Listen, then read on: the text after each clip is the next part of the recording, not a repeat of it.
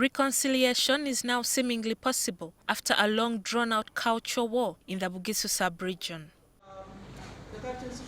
On October 6th last year, Jude Mike Mudoma was elected Umukhuuka and installed at the culture grounds in Mutoto on 20th November.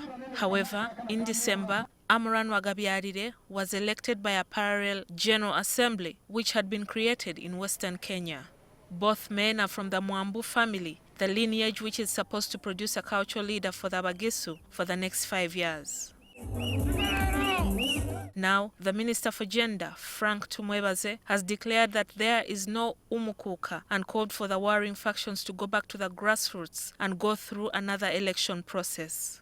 This position was reached today by consensus after a meeting between the warring factions, the rival Umukhuukas, and elected leaders in the Bugisu sub-region. We will not gazette anybody whose election or selection, depending on what the Constitution says, who has not yet been accepted by consensus or by election. I've accepted to go back to the drawing board, and within 1 week we shall have actually delivered the results.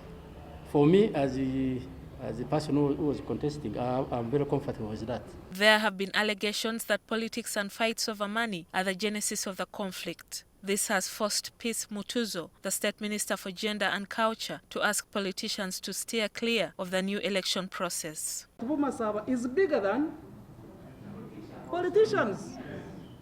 In as much as we wish to follow the law, we also should be conscious about legitimacy. Do people believe? Do they own you? Do they accept you? Do they feel you unite them? Mutuzo also held the cultural interactions between the Babu Kusu of Western Kenya and their Bagisu cousins. However, she emphasized that the Babu Kusu cannot be part of the elections. We limit it to the people under whose constitution have gazetted such cultural institutions. Nathan Nandala Mafabi, the Budadiri West Member of Parliament, scoffs at part of the concessions reached at the meeting. They are talking of death, money, what?